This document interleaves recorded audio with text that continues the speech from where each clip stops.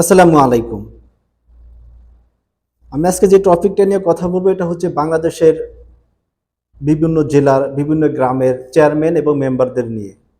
যদিও এই কথা বলা আরো আগেই উচিত ছিল, অনেক লেট করে ফেলছি, বলাটা উচিত যেহেতু নতুন সরকার এখনো আছেন এবং অন্য সরকার আসতে পারেন, সে জামায়াত ইসলাম হোক, এনসিপি হোক অথবা বিএনপি হোক, যেই আসুক এই কথাগুলো তাদের একটু ফলো আপ করা উচিত, এভাবে একটু ফলো আপ করে দেখা উচিত।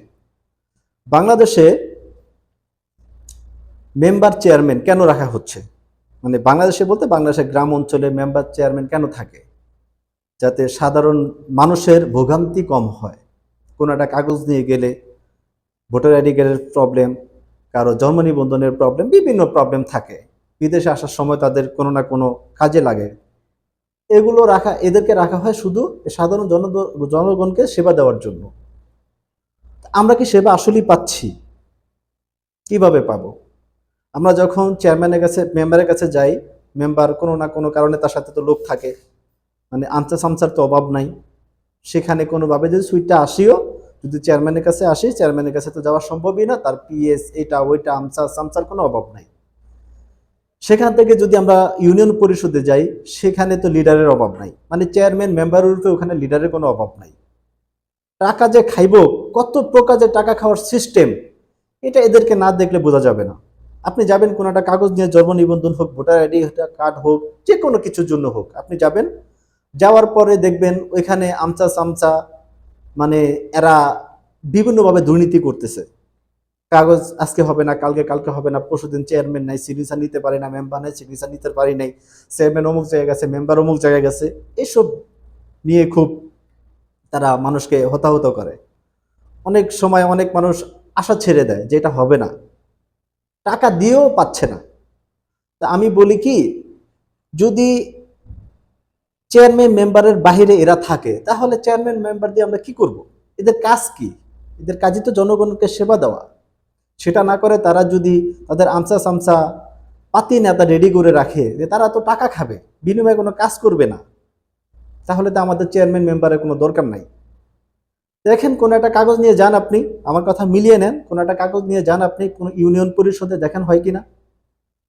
আপনার যান, যদি বিশ্বাস না করেন নিজে যেয়ে দেখেন।